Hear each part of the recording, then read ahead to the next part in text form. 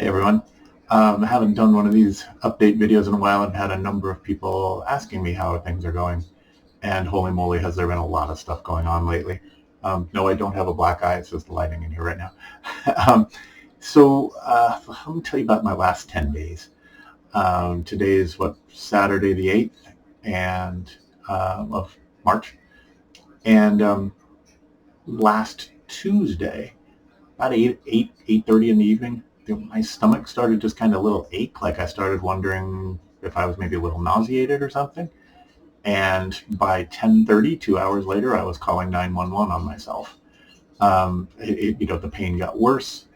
I wound up sitting on the toilet and having a trash can in my lap and not doing either of those things, but just kind of worried about it could go one way or the other. And then it just turned into pain where I was literally rolling around on my bed. I couldn't stop moving.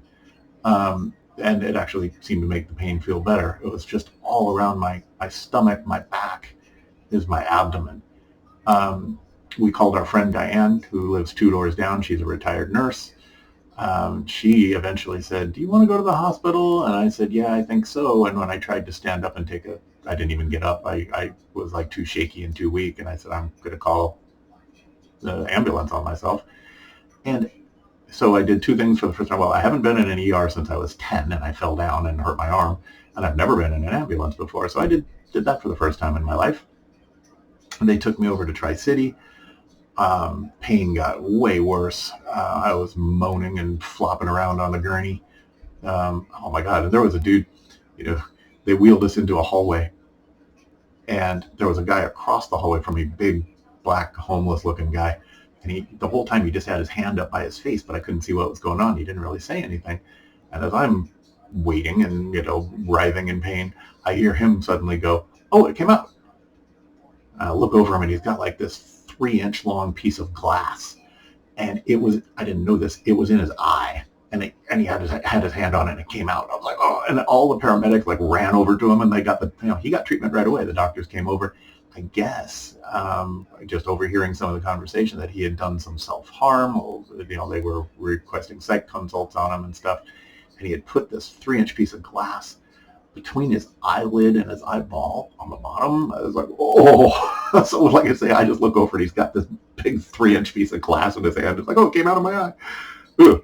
ER is a very strange place. Don't go if you can avoid it. So I wound up being there for like 8 hours. Um, our neighbor Diane was nice enough to take Mom over there, and she stayed until like 4 in the morning. I was like, "Go home," And when we finally got out, I just called an Uber and came home. Of course, they ran all the tests on me because they wanted to, they were thinking obstructed bowel, pancreatitis, gallbladder, kidney stones, even aorta problems. Did testing for all of that. All my blood work, everything came back normal. My blood pressure, given that I was in a lot of pain and had just had an ambulance ride into the ER, my blood pressure was like 135 over 81. They're like, and I was like, "Oh, that's a little high." The paramedic guy looks at me and goes, "That's the best blood pressure we've seen in a month." So, by the time I got out, it was back to 117 over 90, over 80, 117 over 75. So that's all good.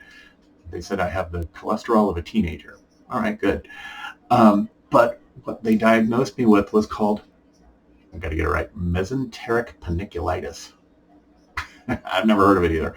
The mesentery is the connective tissue around your abdominal walls and your spine that basically holds all your organs in place. And it holds the intestines and the bowel and, there's all that internal stuff. The doctor described it. She goes, "If you didn't have a mesentery, if you did a somersault, everything would wind up all jumbled up inside of you."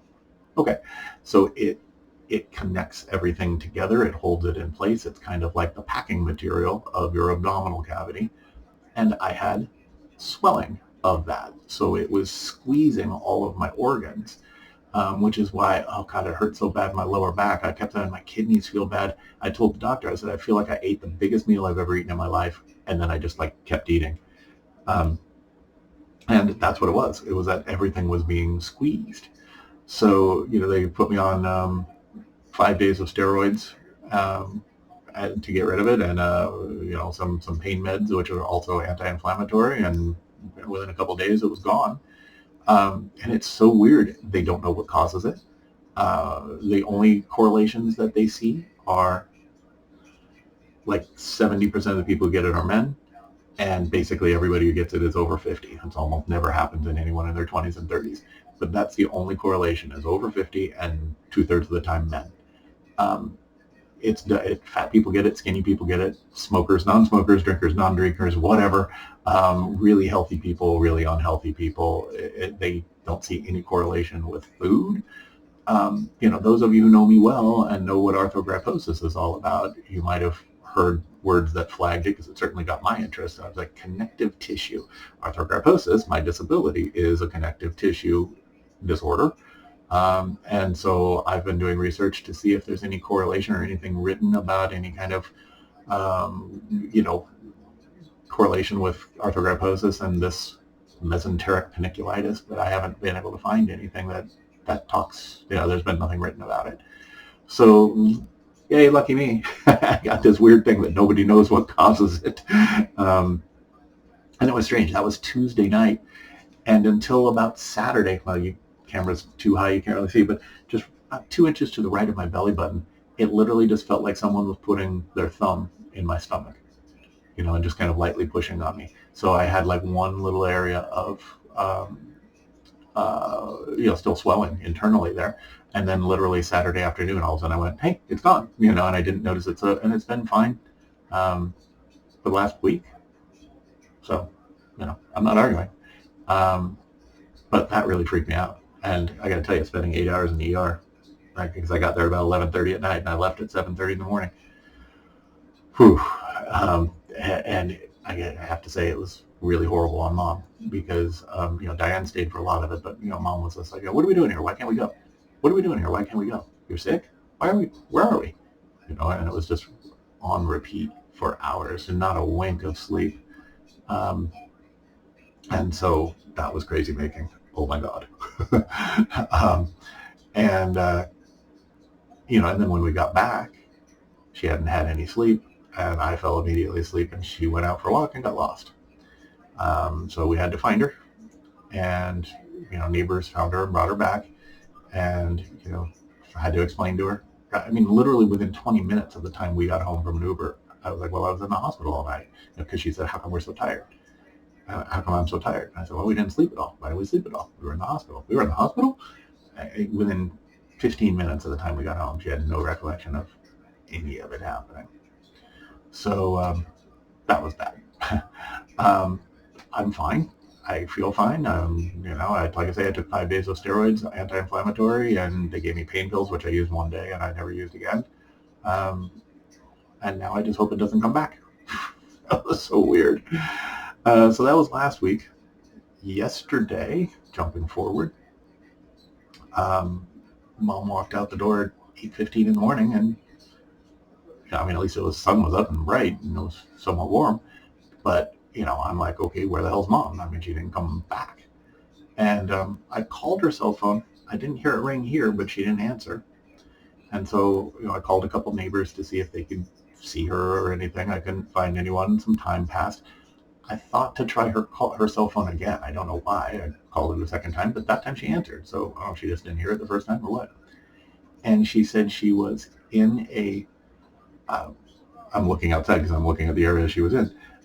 She said there's, a pine tree and another big tree, and there's, scrub brush and knee-high weeds, and, she's kind of describing chaparral, which is all around us. And those of you who've been to my house, I've got that behind our backyard and up the hill, and all the common pathways and walkways and stuff are all exactly what she's describing, which she has gotten lost before in the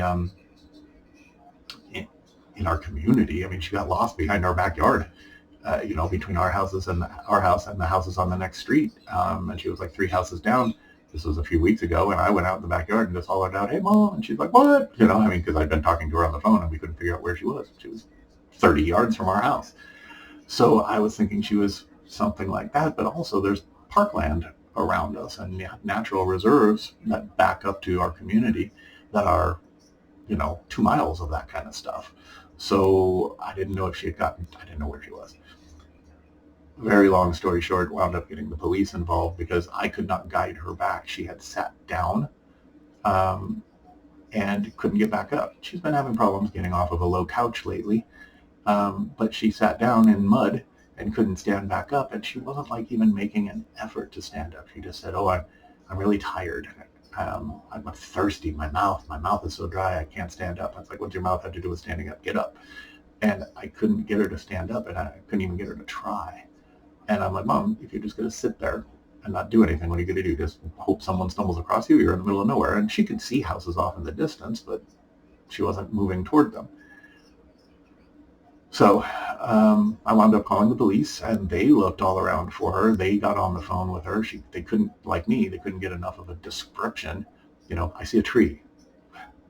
That doesn't help us find where you are. So they couldn't get enough of a description to figure out where she was. She had her fall monitor on. And so I called Pace, the company that monitors that, and they did give us an address, which was the next street over. So we knew she was close, but we couldn't figure out where. And so police wound up having to get drones up and stuff like that. And luckily she was wearing a red flannel shirt, and they eventually saw her. And she was between our street and the next street over, which is quite steep hill down. And she was literally just sitting in the middle of shrubberies and stuff. How the hell she got there, why the hell she couldn't get out. I mean, I kept telling her, I was like, "Look, if you got in there, you can get out." And I mean, she had to really go hiking through some crap to get there because there was no paths. There was no, it's just bizarre. And so they brought her back. And when they brought her back, paramedics were there as well, and they took her vitals, and her blood pressure was really high. It was like 197 over 95. And they said, "We want to get her into the hospital for this." So there we are, back at Tri-City. I haven't been in a hospital. I haven't been in an ER in my life. And now I've been there twice in the last 10 days. So we went over there, and the doctor he goes, "Look, she's just got blood pressure. Well, we just, calm her down. They didn't even need to bring her in. We were in and out of there in like 3 hours, which for an ER visit is really quick. Actually, it's about 4 hours. But, they released her, and that's always a slow process. But they got her blood pressure under control and stuff, and that was good. But that's where Mom is. Anyway, she's like that. Again, by the time we were home for 10 minutes, I was like, "Well, you're at the hospital today." "Hospital? What hospital? Why was I in the hospital?" She had no recollection, just gone. She's like the movie Memento. It's just a few minutes. And so what I didn't talk about yesterday was she left. I had not been dressed, and I did not have somebody coming in that morning, so I didn't have my braces on, so I couldn't walk. I couldn't get around. I was grounded, and she was gone. And this fast forwards me and ties into the third thing. I've found someone to come live with us. She's going to move in tomorrow. I've told Mom, I don't think she remembers, whatever, it's just going to happen. But this gal was, she is a hospice nurse, hospice volunteer. She's a death doula. She's basically my age. She's 55. And she was a special ed teacher. And she quit her special ed job when she was 25 because her grandmother got dementia. And so she cared for her grandmother. And she really enjoyed that process. And so she got the death doula license and hospice nurse. I don't think she's a nurse. That's not the accurate term, but she's a hospice provider. And she's been doing that ever since. And she typically goes and lives with the people that she's caring for through the end of their life, from the time that they receive a terminal diagnosis. And frankly, that's kind of worn on her. She's lived in, 5 different places in the last 7 years because obviously the people eventually pass away, which is what happened here. She was living in our friend Isabel's community, caring for somebody, and that person passed away a couple of weeks ago. And so she's looking, and Isabel connected me with her. And she seems super nice. She's been doing this kind of thing for a long time. She's purposely kind of wants to back away from death. She's very interested in working for some people who stay alive for a while. That actually really interested her, and also to not have to move again. She can actually have an address instead of just a P.O. box that she's constantly got to check and constantly moving her stuff from place to place when people pass. So we're excited about that. I mean, I did a little background check and made sure that there were no investigations into her being the cause of death anywhere, or, credit's good and all those kind of things. So her name's Crystal, and she's going to be moving in tomorrow. And we'll see how that works. Mom's either going to be like, who the hell are you? Or just, there's been so many times where people come over, assistants, caregivers, whatever. And Mom's like, oh, stay, have dinner with us. Stay in the room upstairs. She's inviting people to stay. So I might just fold this person in as somebody who is staying. I'm really excited about it because it's gotten to a point of being dangerous, obviously, for Mom. And, I have, however much if something happens to Mom, I have between that time and the next time I need to go to the bathroom to get someone to help me. So I like the thought of having someone around. And what I was saying, what tied in with her is I called her when the police came and basically took Mom away. It was very interesting. I'm sitting there on the floor in my underwear talking to the police and the paramedics. Hi. And they were like, do you need any help? And I'm like, I'll get someone to help me. And I called Crystal and I said, because we were talking about her coming over on Sunday or having dinner with us on Friday. And I said, how do you feel about starting right now? She's like, why? And I told her what was going on. She just jumped in her car and drove over and got me dressed and got me up and out the door. So anyway, that's what's going on. That gives you a little summary. That's my last 10 days. Holy cow. It's been craziness. I'm just looking forward to being able to go places and do things, have friends again, because I feel like I don't right now. Anyway, you understand. 20 minutes in, 17 minutes in, I'm not going to babble anymore about myself. I hope you are doing well. I truly mean that. I send these videos out to about 50 people simply because I don't feel like having the same conversation 50 times, but I do want people to know what's going on. So please feel free to call me back. Always remember, if you call me, I'm on speakerphone so everybody can hear everything that we're saying. So sometimes text or email is more private. But, I hope you're doing well. Let me know, and we'll go from there. Take care. Talk to you later.